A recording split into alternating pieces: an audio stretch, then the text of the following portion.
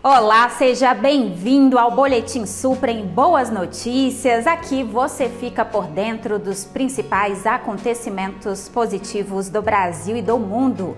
Antes de seguirmos para os destaques de hoje, nos ajude a espalhar boas notícias. Curta e compartilhe este vídeo em suas redes sociais. TV Suprem, para uma nova consciência, uma nova televisão.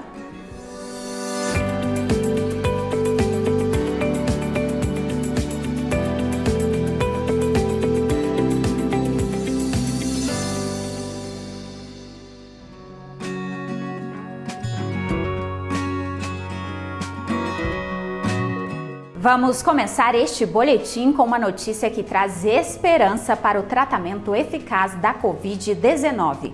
Nos Estados Unidos, cientistas descobriram um anticorpo capaz de proteger contra todas as variantes da doença. As informações são do repórter Rafael Steiglader. Cientistas da Universidade do Texas, em Austin, descobriram um anticorpo chamado SC27, capaz de neutralizar todas as variantes conhecidas do SARS-CoV-2, o vírus causador da Covid-19. A pesquisa, publicada na revista Cell Reports Medicine, faz parte de um estudo sobre imunidade híbrida, que combina infecção e vacinação. O anticorpo SC27 foi isolado de um paciente e demonstrou ser eficaz contra as diferentes variantes do vírus, incluindo as mais resistentes às vacinas. A proteína spike, usada pelo vírus para se ligar e infectar as células do corpo, foi alvo do SC27. Ao bloquear essa proteína, o anticorpo impede a interação do vírus com as células humanas, prevenindo a infecção. Para isolar o SC27, os pesquisadores usaram uma tecnologia avançada chamada IgSeg, que combina sequenciamento de DNA e o estudo em grande escala das proteínas, permitindo uma análise detalhada da resposta imunológica. Segundo os cientistas, a descoberta do SC27 abre a possibilidade de desenvolvimento de uma vacina universal, que pode fornecer ampla proteção contra todas as variantes da Covid-19. Além disso, o estudo revelou que a imunidade híbrida oferece uma resposta imune mais eficaz do que a vacinação ou infecção isolada.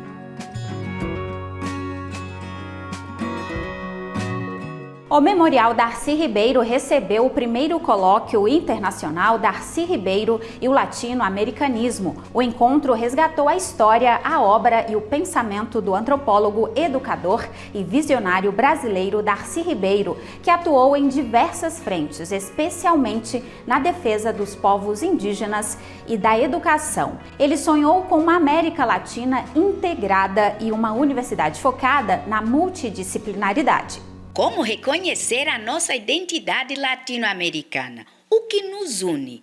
Como pensar uma universidade transdisciplinar?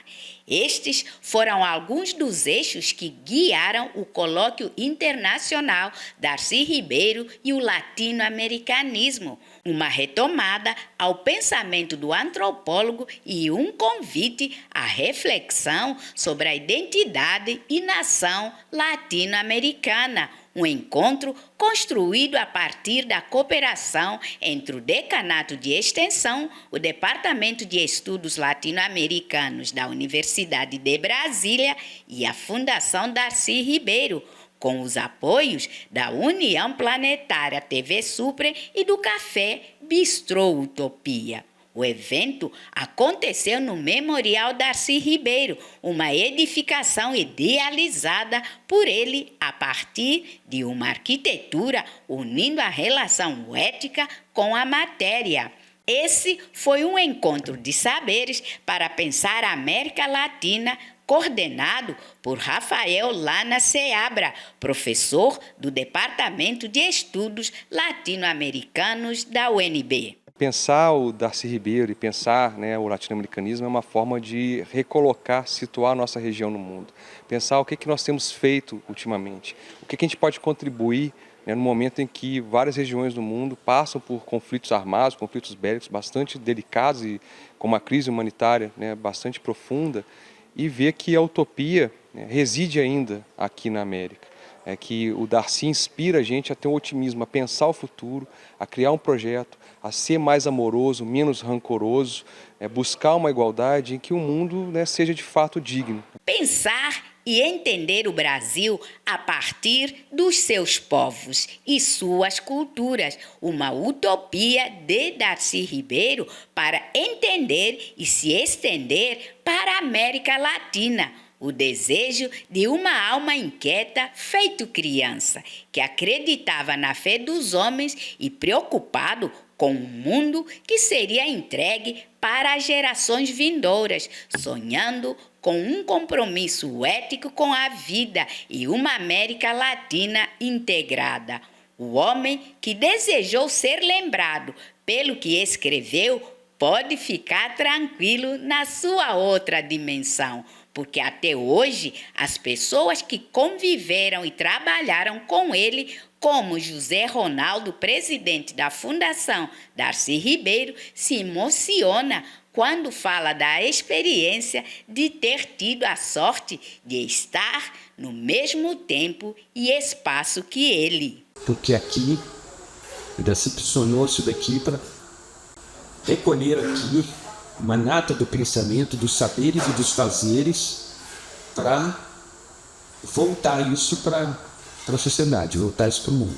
Durante todo o dia, palestrantes, filósofos e pesquisadores latino-americanos apresentaram o pensamento de Darcy Ribeiro, passando para o povo elementos para a construção de uma sociedade ancorada nos saberes dos povos originários, que ele chamou de povos testemunhos. Ainda, como parte das celebrações do centenário de Darcy, a atividade contou com as presenças de Fabrício Pereira da Silva, da Universidade do Estado do Rio de Janeiro, Melina Lima, diretora de Cultura e Educação do Instituto Memorial Lélia Gonzalez, Andrés Cosel e Eduardo Rinesi, ambos da Argentina.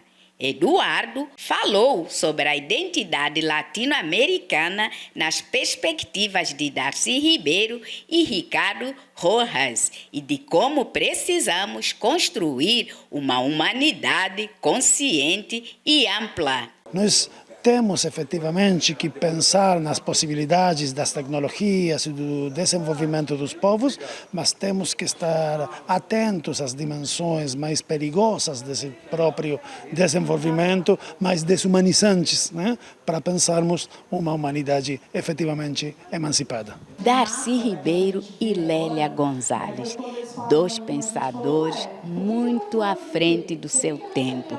Dois seres que sonharam uma América Latina, uma Méfrica Ladina, deixando os caminhos abertos de um pensamento eterno para aqui, na América Latina, cada uma tivesse seu lugar numa sociedade justa e igualitária, onde todos podem ser tudo.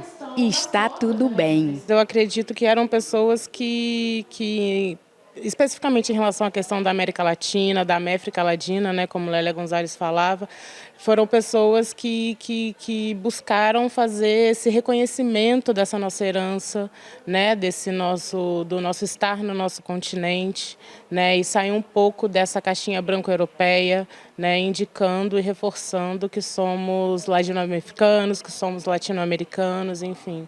São pensamentos que conversam muito e principalmente, eu acho que na questão de serem à frente do tempo, né? Foram pessoas que tiveram reconhecimento, Darcy Ribeiro mais, né, o reconhecimento em época, né, em vida, né, mas com pessoas que lutaram e batalharam para apontar sobre as desigualdades, sobre a urgência de pautas específicas, né, pensadas para populações específicas. A moeda comemorativa pelos 30 anos do Plano Real já entrou em circulação em todo o país. A repórter Isabela Souza nos conta como essa iniciativa celebra a estabilidade econômica do Brasil e o impacto dessa nova moeda em nosso dia a dia. O Banco Central lançou uma moeda comemorativa de R$1 em celebração aos 30 anos do Plano Real. Ao todo, 45 milhões de moedas alusivas à data serão distribuídas gradualmente pela rede bancária.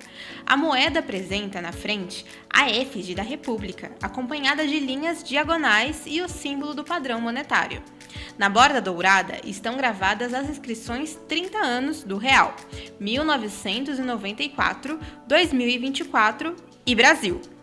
No verso, ela mantém o design comum, com a imagem da esfera sobreposta por faixa e a constelação do Cruzeiro do Sul, em referência à bandeira nacional, além do valor de R$1 e a data 2024. O Plano Real, implementado em 1994, foi um marco na história econômica do Brasil, desenhado para conter a hiperinflação, que na época descontrolava a economia. Antes da estabilização, a inflação chegou a acumular 4.922% em 12 meses. O plano trouxe estabilidade ao país, reduzindo drasticamente os índices inflacionários, que fecharam 1994 com 916% e caíram para 22% em 1995. Desde então, o país passou a operar em um ambiente de controle da inflação, com o regime de metas adotado em 1999, mantendo em grande parte a estabilidade de preços. A criação do real foi acompanhada de um desafio logístico para o Banco Central e a Casa da Moeda do Brasil, pois envolvia a produção de grandes volumes de numerário e a retirada gradual do Cruzeiro Real. Até o final de junho de 1994, já haviam sido distribuídas mais de 940 milhões de cédulas e 688 milhões de moedas de real, preparando o país para a nova era monetária. A moeda comemorativa dos 30 anos celebra essa mudança que trouxe estabilidade à economia brasileira.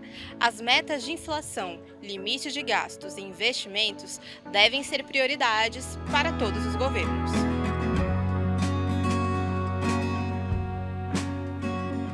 Deixa eu te perguntar, você sabia que já é possível gerar energia em casa com uma mini turbina eólica? Uma empresa indiana lançou um equipamento que promete produzir 150 kWh por mês. A solução sustentável e de baixo custo é uma ótima alternativa para quem quer economizar na conta da luz e contribuir para o meio ambiente. Dá só uma olhada. A empresa indiana Vanguard Innovations lançou uma mini turbina eólica de baixo custo, capaz de gerar 150 kWh de energia por mês.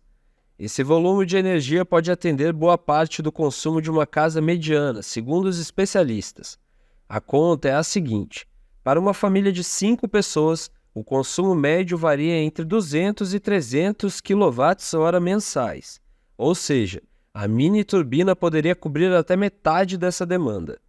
Ao custo de cerca de R$5.000, a mini turbina tem um diâmetro de 3 metros e promete operação contínua, o que a torna uma alternativa interessante em comparação com sistemas de energia solar, já que os ventos que movem as pás acontecem de dia e à noite. Além disso, uma única turbina eólica residencial pode substituir várias placas solares em termos de geração de energia, segundo a empresa. Além do equipamento, é importante instalar conversores e sistemas de armazenamento para aproveitar o máximo da energia gerada.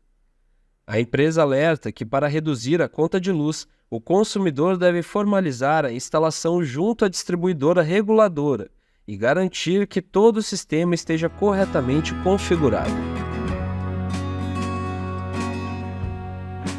Agora vamos falar das últimas decisões em favor dos nossos familiares de 4 patas. Em Minas Gerais, uma mãe de pet conseguiu o direito de receber uma pensão alimentícia provisória para o cachorro que criava com o ex-marido.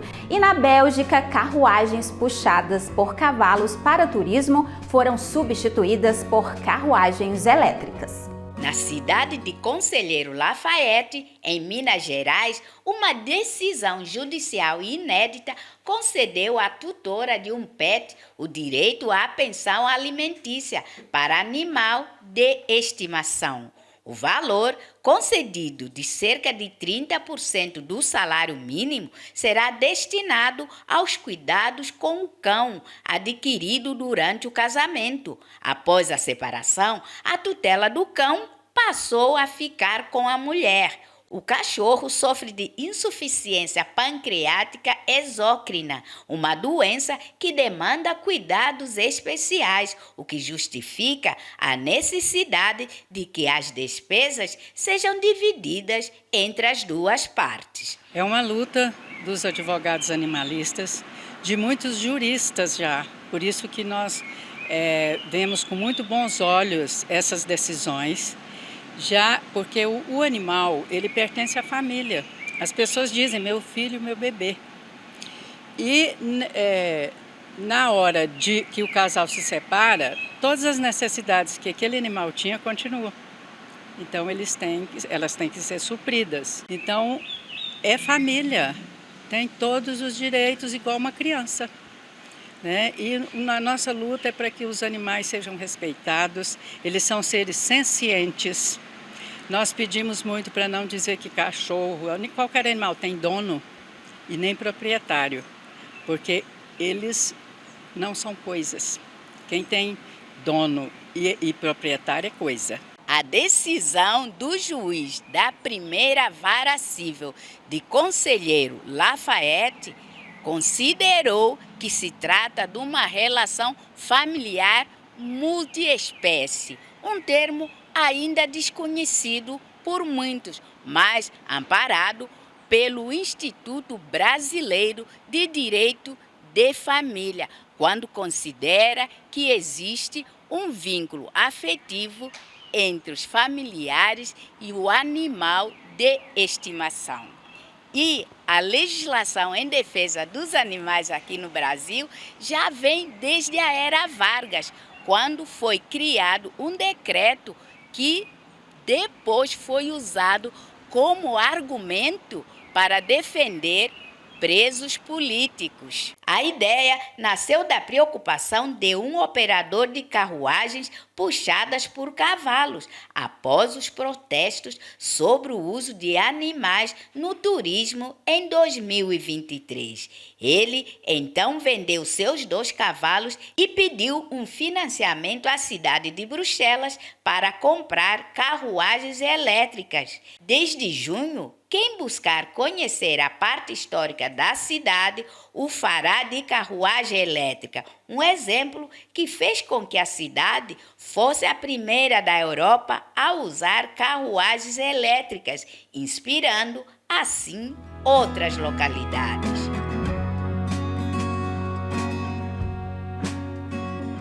No Parque Shopping em Brasília, a exposição Sem Sombra de Dengue utiliza a arte para educar sobre a importância de prevenir essa doença, que continua afetando milhões de brasileiros. Com obras acessíveis e informativas, a mostra traz uma abordagem criativa para o combate à dengue. Não perca! A biofarmacêutica Takeda lançou em Brasília a exposição Sem Sombra de Dengue, uma iniciativa que une arte e conscientização para educar a população sobre a importância da prevenção da dengue. A mostra está localizada no Parque Shopping e oferece uma experiência imersiva por meio de obras de arte criadas a partir de elementos relacionados à doença, com foco nos cuidados com a água e nas medidas preventivas contra o mosquito transmissor. Os vídeos informativos que fazem parte da campanha Sem Sombra de Dengue são legendados e contam com janela de libras, enquanto as obras têm descrições em braille, além de serem acessíveis para cadeirantes. A Takeda, a mesma empresa que desenvolveu a vacina Qdenga, o imunizante contra a dengue, vem intensificando suas ações de combate à dengue. A empresa já desenvolveu iniciativas como o portal Conheça a Dengue, que reúne informações e dados sobre a doença, além de uma parceria com a Unicef, voltada à prevenção de arboviroses em regiões vulneráveis do Brasil como a Amazônia Legal e o semiárido. Segundo o último boletim epidemiológico do Ministério da Saúde, o Brasil já registrou mais de 1.500.000 casos em 2024. A exposição é gratuita, está em cartaz na área de exposições do Parque Shopping e fica disponível para visitação até o dia 7 de outubro. E tem mais atividades culturais pelos 4 cantos do DF. A exposição Brasília, a Arte do Planalto, foi inaugurada na última quarta-feira no Museu Nacional da República. A mostra reúne mais de 200 obras e documentos históricos que destacam a estética e a cultura do Distrito Federal, desde a criação da cidade até os movimentos contemporâneos em defesa da democracia. A exposição é uma homenagem à escritora Vera Brant e conta com peças icônicas como o croquis original do plano piloto de Lúcio Costa e o manuscrito de Oscar Niemeyer sobre o Memorial JK. Realizada pela FGV Arte em parceria com o Instituto Brasileiro de Ensino, Desenvolvimento e Pesquisa, a exposição busca ampliar o olhar sobre a arte do Centro-Oeste, mostrando que Brasília vai além de sua importância política e se consolida como polo criativo e cultural. A entrada é gratuita e a mostra ficará em cartaz até o dia 24 de novembro, de terça a domingo, das 9 horas da manhã às 6h30 da noite.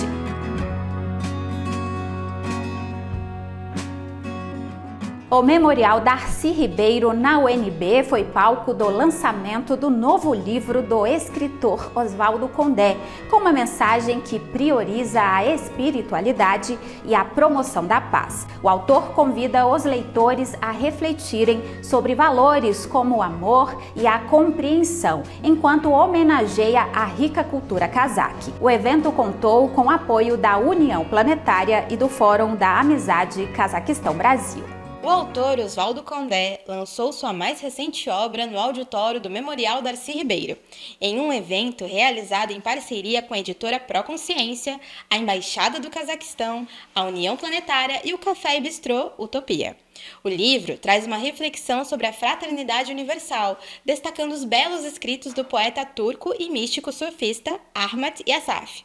O prefácio da obra foi escrito por Ulisses Riedel, presidente do Fórum Amizade Cazaquistão-Brasil e da União Planetária. O evento contou com uma roda de conversa, que teve a participação de importantes figuras, como Lívia Borges, diretora da editora Proconsciência, Otávio Marquezine, presidente da Sociedade Teosófica no Brasil, Ulisses Riedel e o próprio autor Oswaldo Condé. Para quem não conhece, Ahmet Yazaf é poeta e místico turco, pioneiro das ordens sufis e o primeiro a compor poesia em turco. Este livro, que é A Jornada do Sufismo sobre a vida de Ahmet Yasawi, é um livro que traz pequenos relatos sobre a sua vida e também dos seus ensinamentos. Ahmet Yasawi foi quem unificou, de certa forma, as tribos turcas, porque ele escrevia suas poesias na língua turca, não é? Diferentemente do Rumi, que é o grande poeta de língua persa. Então ele foi a base de unificação daquelas tribos, daqueles povos e daquela cultura, né? Então, pela primeira vez em português, nós tivemos a felicidade, a honra de poder falar, trazer ao conhecimento público Ahmet Yasawi, né? Um grande mestre espiritual, não só um poeta, mas um mestre espiritual, um teólogo, um grande professor. Eu acho que a iniciativa do lançamento deste livro traz uma obra inédita, não somente no que diz respeito ao próprio autor, Ahmet Yasawi, mas como da própria cultura cazaque. É a primeira vez que um livro deste poeta está sendo lançado aqui no Brasil. E Ahmet Yasawi é um grande mestre sufi, uma escola chamada Naqshband, uma escola tradicionalíssima neste universo sufi, e ele era considerado um Quadrigan, que é um mestre de sabedoria. O Oswaldo fez uma excelente escolha. Eu acho que a própria história de dedicação de uma vida inteira do Oswaldo para o sufismo, contribuiu muito para que casasse a oportunidade de lançar esse livro e encontrar a pessoa adequada para lançá-lo. Um dos principais objetivos do livro é reforçar a fraternidade universal e divulgar os ensinamentos de Ahmad Yassaf, um dos maiores representantes do sufismo. O pensamento islâmico, especialmente dentro do sufismo, promove a busca pela espiritualidade profunda e o desenvolvimento de uma relação íntima e pessoal com Deus. No Islã, a religião oferece orientações éticas e morais que visam tanto o desenvolvimento pessoal quanto a harmonia social. Os sufis valorizam a experiência direta de Deus e acreditam na bondade, no amor universal e na cura espiritual como forma de transformar a sociedade. Eles seguem uma pedagogia que busca reparar os problemas da humanidade, promovendo a paz, o amor e a compreensão entre os povos. A cultura cazaque, fortemente influenciada por esses valores espirituais e de paz, também esteve em destaque no evento. Na conversa, foi ressaltada a importância de disseminar o bem, pois quando divulgado tem o poder de se espalhar e transformar positivamente o mundo. O Boletim Supra em Boas Notícias fica por aqui. Continue bem informado. Inscreva-se em nosso canal para receber as principais notícias do Brasil e do mundo em primeira mão e acesse as redes sociais da União Planetária. Obrigada pela sua companhia. Na semana que vem, neste mesmo horário, estaremos de volta com mais boas notícias. Até lá!